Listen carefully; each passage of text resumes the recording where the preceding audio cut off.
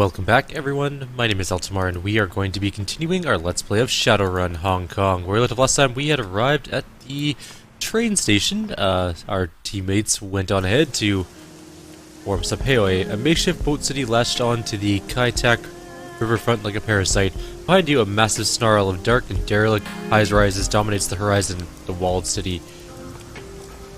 But he doesn't see a Mahjong Parlor yet. He doesn't see it yet. There's an intercom. Looks like a ramen place. Oh man, I could go for some ramen right now. I'm like really hungry for some reason. I just had breakfast too, but I'm still hungry. I could absolutely go for some ramen though. Or some Thai food. Oh, I'm feeling Thai today. Hold up. That guy looks almost identical to the guy standing on the street corner in Berlin. He's not the same person, but he looks so similar. Let's talk to him. Frederick. Coffee. That's close enough, friend. The club is members and invites only. I suggest you just move along. Come on, man. My friend's already inside. Can I just look around for a second? No. That was a very abrupt ending to that conversation. Just a straight up no. We're gonna go this way first. I'm gonna go talk to the Triad guards. Actually, you know what? We should probably talk to that intercom thing. I don't think it's the Mahjong Parlor. I think that's pretty much just the ramen shop.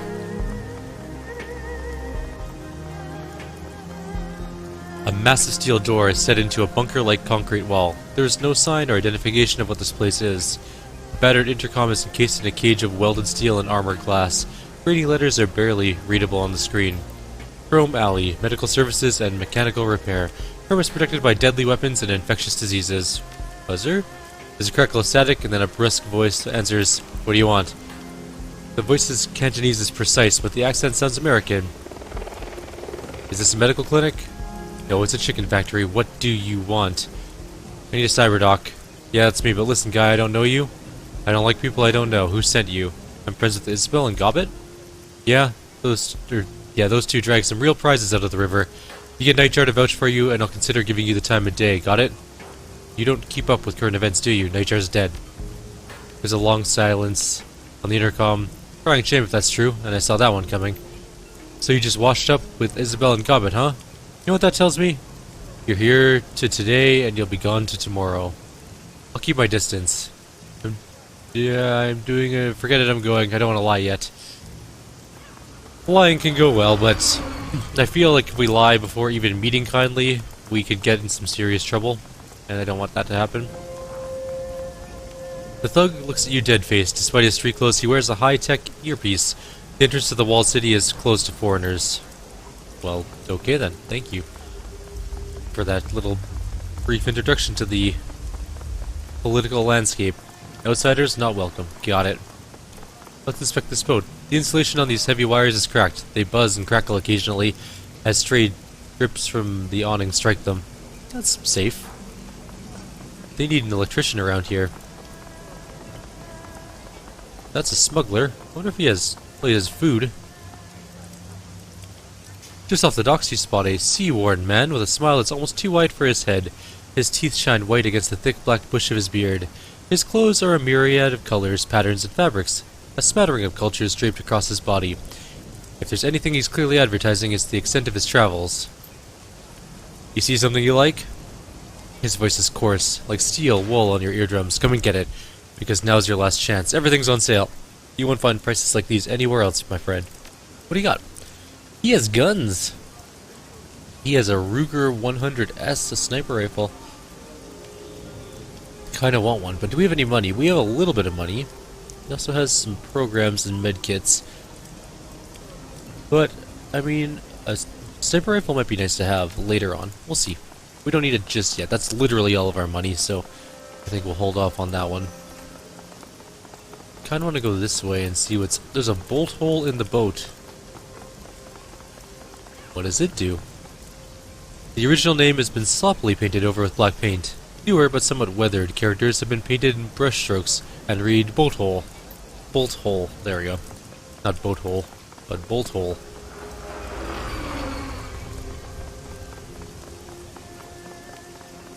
I don't think we can go up that way. I think that's blocked off. There's a child just sitting on a car, though. That's weird.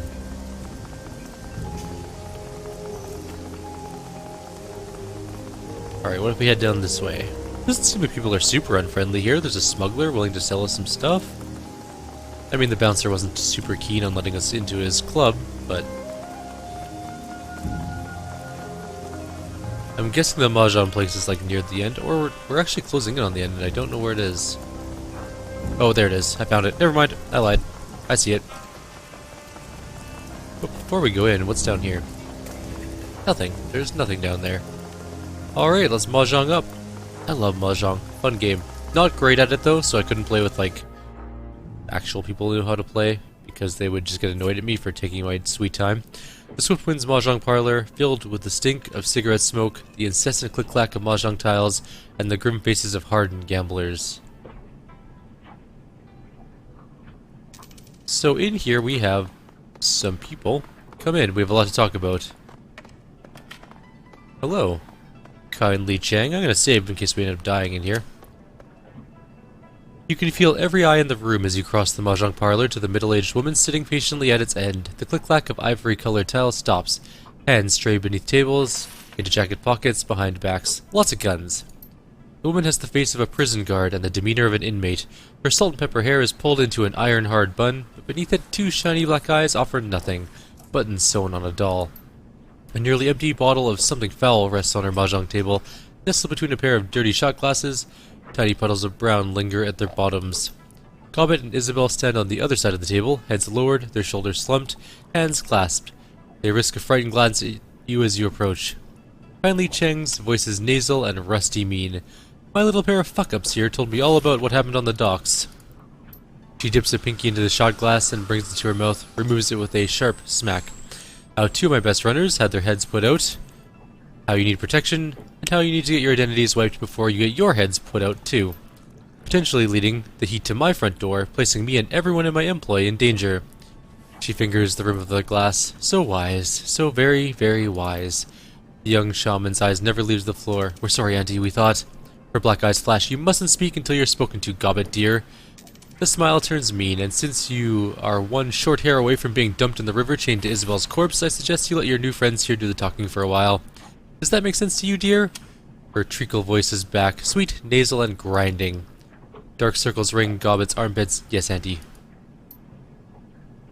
Cheng inclines her head gently. Very good, you learned so quickly. Galbart kept a very cool head in a tense situation. She's the one who let us out of the police ambush. Galbart's eyes dart from you to the Triad boss and back again. A thin trickle of perspiration slides from beneath the ropes of her hair. Finally, Cheng slowly turns her and directs her attention to you. Her voice remains cloyingly sweet. I count little Galbart here among my most resourceful runners, but I admit it's good to have outside validation from time to time. The look of gratitude from the young rat shaman is deeply sincere and exceedingly brief.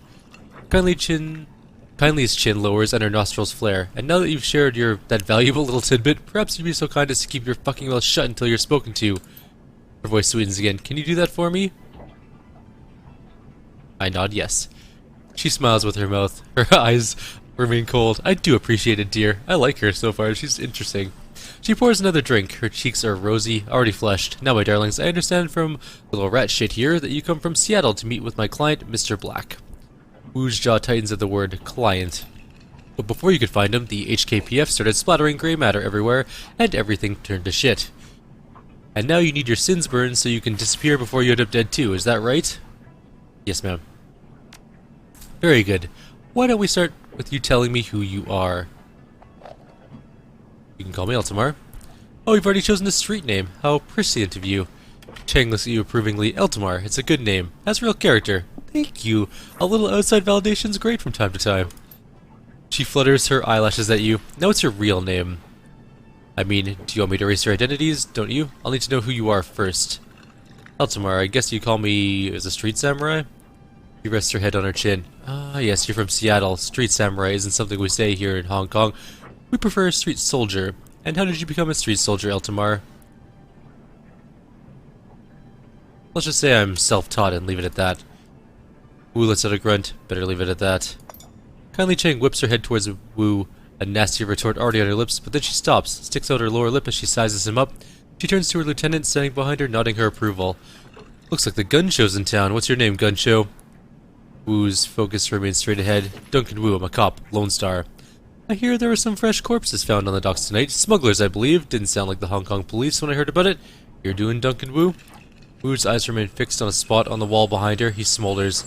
I identified myself as Lone Star, but they wouldn't stand down. They had weapons. It was self-defense. She puckers her lips at him. Her voice sing-song. I don't care, sweetie. They weren't my people. But I know that you're a life-taker, Mr. Gunshow. You and your friend here. She begins arranging mahjong tiles on the table in front of her. But now I'm curious. Why were you meeting Raymond Black at the docks tonight? Raymond Black is our foster father. That makes her pause. Chang lifts her bottle of swill and eyes the label, connecting the dots in her own head. Interesting. A look of disgust passes over her face. Sorry, kids. But he was looking like shit when I saw him. Eyes half open, dark circles around them, dragging his feet, the whole bit. He tisks in displeasure. Your foster daddy was in a bad place. Think it was drugs? You can hear Wu's teeth grind. Raymond didn't do drugs, Eltimar. Kindly, Chang wags a finger in agreement. No, of course not. Nobody's daddy does drugs, Gunshow. They all have herb gardens and read poetry books to relax after a hard day at the office. She shrugs and inclines her head towards you. Who knows, Soren? Could have been drugs, but he was lucid most of the time. Still, if Mr. Black was on something, it was definitely some sort of hallucinogen. I remember him drifting off near the end of our meeting. He looked like he was off somewhere else in his head. He said, I left prosperity in there. Then Nightjar put his hand on Mr. Black's shoulder, asked him why he wanted to go to the walled city so badly, and that seemed to bring him back. When your old man opened his eyes, they were full of tears. Then he muttered something else I couldn't make out. She pours herself another shot, tosses it back, and rubs her belly. Your dad got really irritating after a while. How do you leave prosperity? Do you think prosperity could be a person? I have no fucking clue. She grabs a long, slim cigar from a pack on the mahjong table, lights it. Alright, let's get to it. She exhales smoke and points two fingers at you and Wu. You two need your sins burned, and you need them burned fast. Hong Kong dragnets are bad news. When they roll in force. Armored personnel carriers, heavy armor, heavy weapons, sorcerers, the whole thing. And they aren't coming to arrest you. She folds her arms across her chest. A thin cigar bobs in her mouth as she speaks. The good news is I can help you. With a wave of my hand, I can have your sins disappear. What you need to understand, my darlings, is that what you're asking for is not a simple request. Burning a sin isn't just deleting a number. It's wiping all reference to that number from all the world's largest databases. It's masking your mugshot in their facial recognition database so that the first camera you walk past doesn't bring them down on you like a ton of bricks. It's covering our fucking tracks so that the act of burning your sins doesn't lead them right to us. It requires contacts in a number of corporations and the UCAS government. Smoke rolls out of the Triad boss's nose. It requires somebody like me. Therefore, I need to make a choice. She takes another drag on her cigar, gently places her palm flat on the table. Do I kill you and dispose of your bodies before the cops come looking for you, or do I help you burn your sins? I'm going to etiquette Shadowrunner this one. You may want to think about your rep as a fixer. 2 of your runners were taken down by cops, and you have no idea why. Chang rests her head on her hand and smiles at you coldly. So clever. So clever. Her chin stays on her hand, but her eyes look past you, surveying the Yellow Lotus soldiers in the room. Yes, I have been placed in a delicate situation, haven't I? Regardless, that's the situation, whether you're alive or you're sucking dirt. She stares at you for a long moment, chin still in her hand, thinking. Taps her ash on the floor without taking her eyes off of you. A low reluctant growl rumbles somewhere deep in her throat. You live. You're clever, and I like that. I'll put your sins to the torch. However, I'll need to call in several valuable favors within my network to do it, and those favors do not come cheap. Finally, Chang stubs out her cigar. You will owe me. What do you want us to do? I want you to deliver a message for me to a business associate in the walled city. The Yellow Lotus has a strong presence inside Eltimar. Isabel can tell you all about it, can't you, dear? Isabel grew up in the walled city. Isabel's eyes remain lowered. They collect taxes from the corporations, extort protection money from shopkeepers, run drugs, guns, people. They hurt people. We do those things, yes, but to be fair, we also operate the walled city's black market. You might not be alive today if it weren't for the lifeline that we provide. Isabel clams up tight. Chang picks up a mahjong tile and turns it with her fingers. There's a red pole, sort of an enforcer, yes, on the inside. His name is Strangler Bao. Bao is a strong man, a good soldier, but he has forgotten his place, and I need you to remind him. Want us to make an example of him? Did I say I wanted you to make an example of him? No, I wanted you to deliver a message. She tosses you a memory stick. Bring this to him in my name, and remember that Bao's men are my men. By right, they should all be serving me. Killing them would be a waste of resources. I have no use for dead soldiers. She turns to Galbart and Isabel. One of you will go with these two Westerners to the walled city, help them locate Bao, and show them the ropes. The other will remain here with me. I have several menial and degrading tasks that I need doing around my establishment. No matter who goes and who stays, you'll both be paying for bringing an APB to my doorstep. Yes, Auntie. Yes, Auntie. Now, I'm going to find out who ordered the hit on Nightjar and do some dentistry on him, with power tools. She closes her eyes and smiles with pleasure. That boy was my favorite. He sang to me sometimes. She opens her eyes again and sneers. The other one I don't care about. Gutshot was an asshole. She turns away and waves you off with the back of her hand. That'll be all, my darlings. Return to me when you're done. Thanks for the favor, Auntie. She responds without turning back. You can thank me after you've delivered my message to Bao. Then, I'll do you the favor of erasing you. Sounds grim. 3 more karma? They're just lobbing karma at us in this game. So far. Who do we bring with us? Does it just randomly assign one person?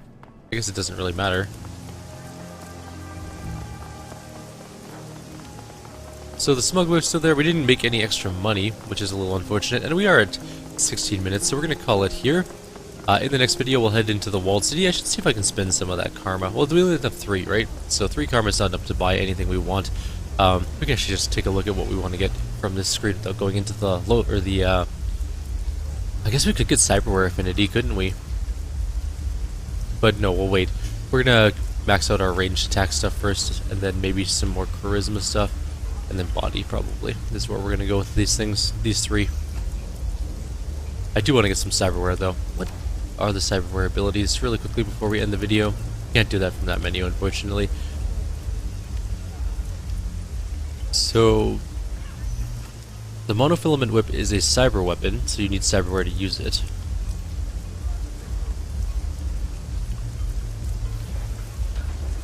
Interesting.